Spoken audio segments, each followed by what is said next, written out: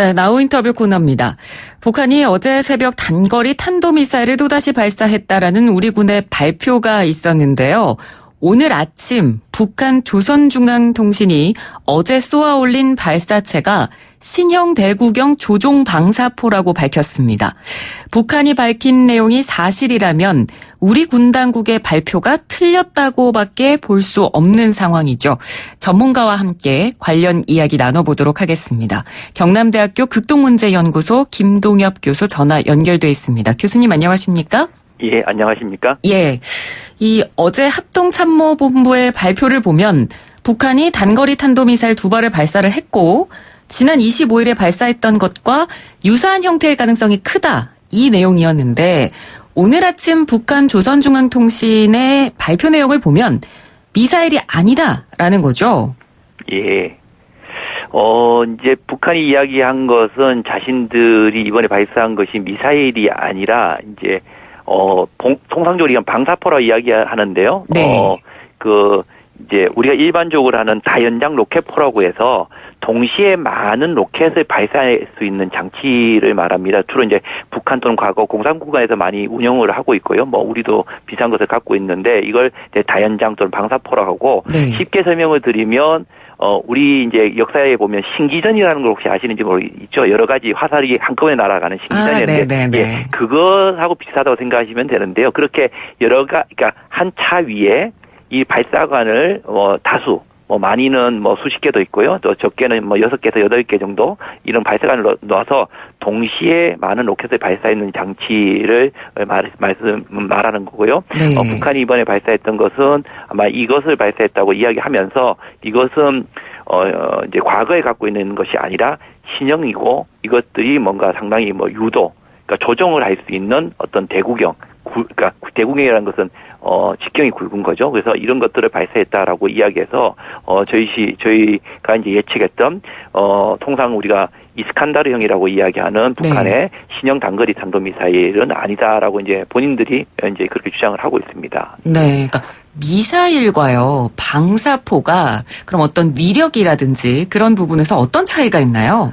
일단은 이제 구경이라고 하죠. 이제 직경이라고 해서 이제 굵기가 차이가 난다는 것은 거기 안에 들어갈 수 있는 폭약의 양의 이 차이가 많이 납니다. 그래서 네. 방사포 같은 경우에는 미사일과 달리 이제 구경이 그렇게 크지 않기 때문에 폭약의 양이 작을 수밖에 없고요. 또 미사일 같은 경우에는 다 꼭 그런 건 아니면 이제 구경이 더 직경이 굵고 또 우리가 이게 생각하는 또 핵탄두라든가 이런 것들 좀 더 많은 어떤 다양한 탄두들을 실을 수 있게 되죠.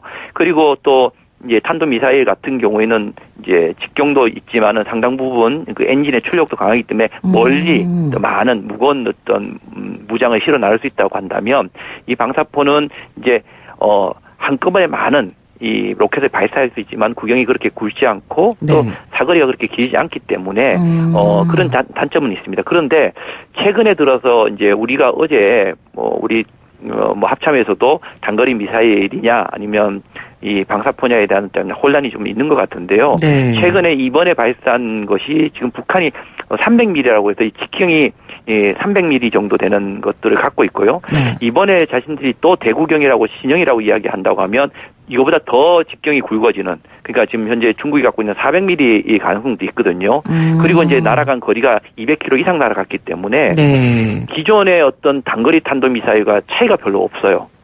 예, 그러니까 외형상으로 보면 그러니까 실제 발사대나 이런 모습 보면 차이가 있겠지만 실제 그렇게 보지 않고 그 탄이 날아가는 모습이나 이런 것만 봐서는 단거리 미사일과 이 대구경 조정 방사포를 구별하기는 좀 쉽지 않았다는 측면에서 합참에서 발표가 상당히 좀 혼란이 있었지만 나름대로 고민을 하면서도 또 국방부에서도 합참에서도 단정적으로 이 탄도미사일이다라고 한 것보다는 네. 그래도 어떤 방사포의 가능성도 조금 열어두었다는 측면에서 상당히 뭐 판단하기 쉽지 않을 거라고 생각을 합니다. 네, 그러니까 어제 저녁에 그 정경두 국방부 장관도 탄도 미사일일 수도 있고 방사포일 수도 있다라고 여지를 열어놨었고, 그렇죠. 예. 미국도 이번 발사체를 미사일로 규정한 걸 보면 말씀해주신 대로 탄도 미사일과 방사포를 혼돈할 수 있는 가능성이 원래 좀 높았던 거네요. 예, 그러니까 기존에 있었던 이제 기술이 발전하지 않았을 때 던 200mm라고 하죠. 좀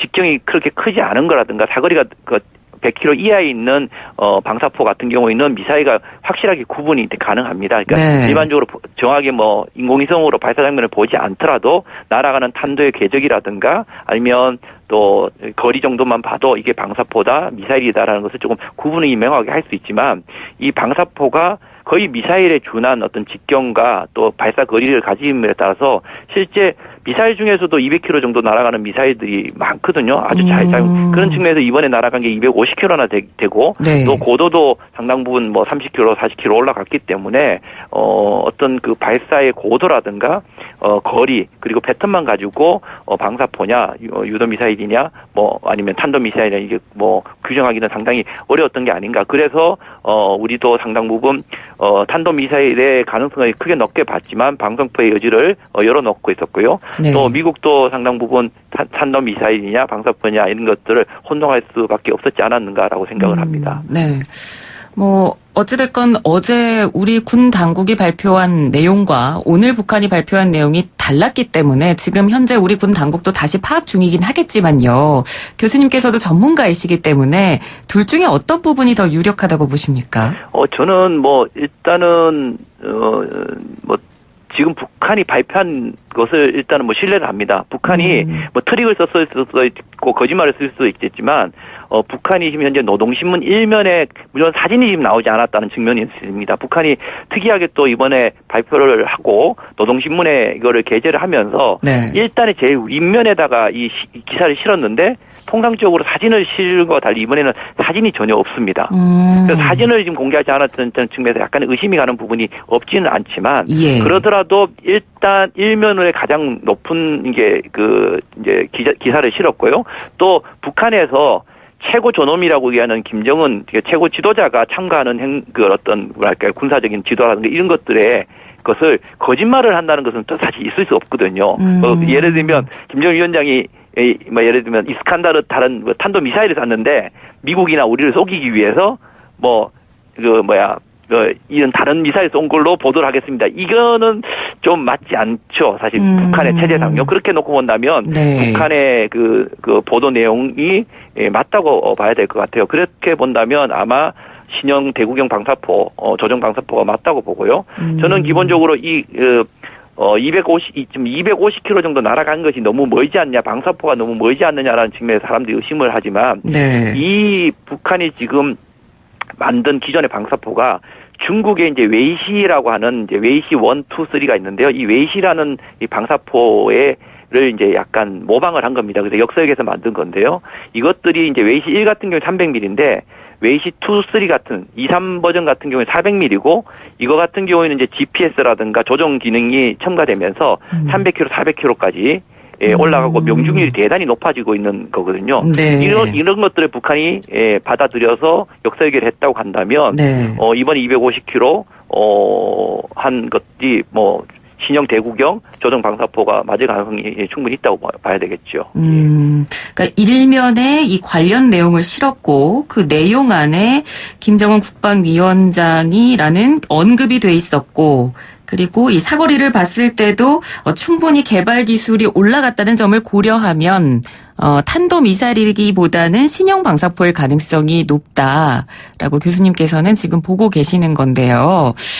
근데 이번 또 그 조선중앙통신의 보도 내용을 보면 지난 25일 때와는 달리 좀 남조선 당국자라는 표현을 쓰지 않아서 어느 정도 이번에는 대남 수위 조절을 했다라는 분석도 있습니다. 교수님께서는 어떤 의도가 있다라고 보십니까? 뭐 대남 수위 조절이라기보다는 지난 25일 발사하는 발사와 이번 발사가 완전히 다른 성격입니다. 지난 25일 날 발사를 할 때는 뭐 이제 북한이 어떤 위력을 보여주기 위한 시위하기 위한 발사 그러니까 시험 발사가 아니라 이미 완성을 한 무기 체계를 시위하기 위한 그 자기들이 능력을 시위하기 위한 발사를 한 것이고 어쩌면 훈련에 가까운 것이었고요. 네. 오늘 거는 그런 시위 때 왜 시위를 했느냐는 의미를 부여하기 위해서 F-35를 가지고 들어오고 있고 연합 훈련을 한 것에 대한 우리 뭐 남쪽에 대한 이런 불만이나 이런 것들 표현하기 위해서 이런 것을 했다라는 것을 명백히 밝힌 거고 예. 오늘 같은 경우에는 사실 시험 발사거든요. 그러니까 완성된 것이 아니라 그러니까 개발을 하는 단계 시험 발사이기 때문에 네. 시험 발사라는 측면에서 놓고 보면 또 오늘의 발사의 명분은 또 충분히 있는 것이고요. 그러면서 이제 오늘 이야기한 것이 이런 시험 발사를 통해서 이런 어떤 결과물이 꼭 우리라고 뭐 표현은 안 했지만 네. 이것에 이르는 결과들에 대해서 상당히 고민거리를 줬다라고 이야기한 거 보면 뭐 다른 데로 남쪽 그러니까 뭐 200km라고 250km 나가는 게 일본이나 미국을 향할 수 있는 건 아니지 않습니까? 우리라고 네. 본다고 하면 나름대로 우리한테 메시지를 준 것이고요. 그렇다 손 치더라도 이러한 것들이 단순히 어떤 대남적 메시지라고 보는 측면도 있지만 노동신문을 통해서 이렇게 자신들이 개발을 하고 이렇게 보여주는 것들은 큰 틀에서 보면 대외적 메시지보다는 내부적으로 어떤 군 사기라든가 내부 어떤 그 북한의 주민들이 갖고 있는 안보에 대한 우려 이런 것들을 해결하기 위한 어떤 국내 정치적인 차원에서 통치 차원에서의 어떤 메시지, 국내적인 어떤 활용이 높을 가능성이 있다고 저는 생각을 합니다. 네. 그러니까 뭐 지난번 미사일 발사도 그렇고요. 이번 실험도 그렇고 전체적으로 봤을 때 뭐 어떤 위협을 가하기 위함이거나 도발을 한 것이다라고는 규정하기가 어렵다고 보시는 거죠. 뭐 전혀 없다는 것은 아니고요. 예. 없는 것은 아니고 뭐 지금 현재 북미 간의 이제 실무 협상을 준비하고 있는 입장에서 미국을 조금 뭐랄까 압박한다든가 이런 메시지도 충분히 있을 수 있겠죠. 그러나 전체적인 흐름을 봤을 때 지금 북한이 하계 훈련 기간입니다. 하계 훈련 기간이기도 하고 또 나름대로 내부적으로 필요한 측면이 있기 때문에 네. 그리고 또 지금 북한이 이런 그 지난 5월 달부터 시작해서 이런 발사를 해오면서 미국을 크게 자극하는 말이라든가 오히려 스스로가 미사일이라는 단어를 전혀 쓰지 않고 있다는 면을 봤을 때는 뭐 미국을 압박해서 뭐 위협한다는 이런 의미보다는 오히려 대화의 어떤 협상 틀은 여지를 남겨두는 어떤 역사적인 측면이 강하거든요. 네. 그리고 오히려 이제 남쪽의 어떤 책임을 전가하는 측면이 보여서 남쪽을 압박하거나 남쪽의 어떤 섭섭함을 표현하는 측면이 있긴 하지만 이런 것들은 하나의 어떤 명분에 가깝고 오히려 네.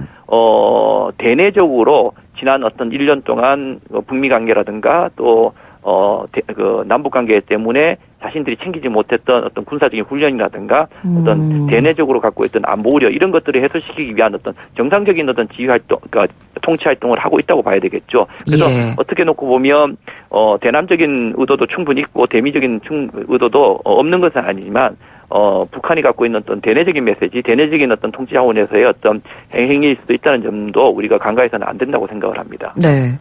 그러니까 이런 북한의 행동이 우리 정부에게 어떤 메시지를 계속 주고 있다라고 본다면 그 8월 5일 다음 주 월요일에 한미연합훈련을 지금 앞두고 있잖아요. 지금 예. 북한은 한미연합훈련을 좋지 않게 보고 있는 상황이고요. 그렇다면 그 전에 또 미사일을 발사할 가능성이나 도발 수위를 높일 가능성에 대해서는 어떻게 보십니까? 도발 수위를 어디까지 높일지는 모르겠지만 이제 8월 5일부터 실시하는 한미 훈련이 있고요. 네. 또 이 기간이 앞서 말씀드렸지만 북한도 7월, 8월 두 달 동안이 하계 훈련 기간입니다. 예. 그래서 지난 이제 7월 25일 같은 경우에 발사를 하면서 F-35를 들어오는 것과 이 한미 연합 훈련을 명분 삼아서 자신들이 지난 그 단거리 탄도미사일 발사한 것을 이제 정당화 시켰지 않습니까? 그렇다고 하면 이제 이렇게 발사한 것을 우리가 F-35를 가지고 들어온 것을 뭐 취소하라든가 한미 훈련을 하지 말라고 했다고 우리가 안 할 수 없지 않습니까? 네. 북한이 그걸 모르지 않거든요. 네. 그렇다고 한다면 북한이 본질적으로 그거를 이제 불만의 이야기를 하고 있지만 그거를 요구하는 것이라기보다는 자신들의 어떤 이런 것들을 좀 뭐랄까 정당화하고 행동을 훈련을 하고 자신들이 이런 뭐랄까 그 도발 행위를 하는 것 자체를 이제 정당화하고 명분화하기 위한 것이면서도 그 또 한편으로는 또 우리가 어떤 뭐랄까요 조금 그 이런 군사적인 분야가 아니라 남북 관계에서 조금 전향적인 어떤 모습을 보여주기 바라는 이런 어떤 F-35를 못 들어오거나 훈련을 하지 말라는 의미보다는 이런 것을 하기 위해서는 다른 측면에서 남북 관계를 좀 더 진전시키는 것을 바라는 어떤 좀 그런 차원으로 북한의 어떤 의도를 바라보는 것도 네.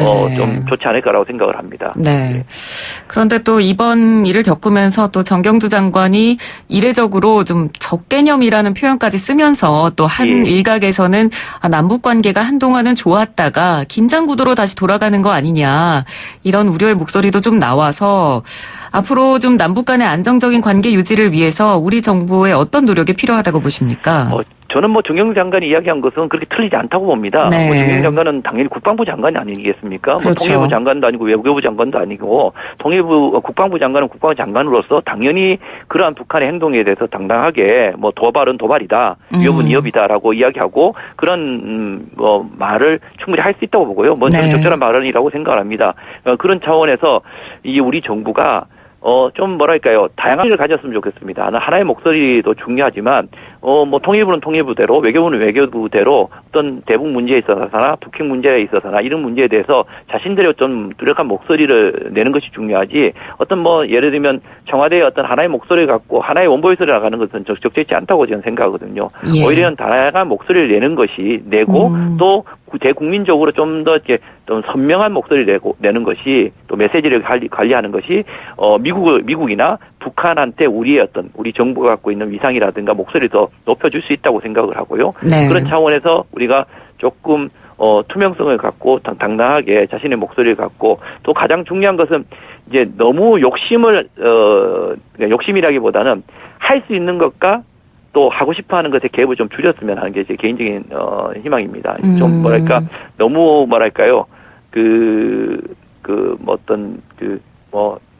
북한도 이야기를 하고 있지만 중재자라든가 북미 관계에서 어떤 역할을 하는 것도 당연히 중요하지만 네. 실질적으로 조금 그런 측면보다 남북 관계에 우리가 뭔가 할 수 있는 것들 또 우리가 안보적으로 뭔가 할 수 있는 것들 이런 것들을 조금 더 찾아서 하는 것이 좋지 않을까라고 생각을 합니다. 네, 알겠습니다.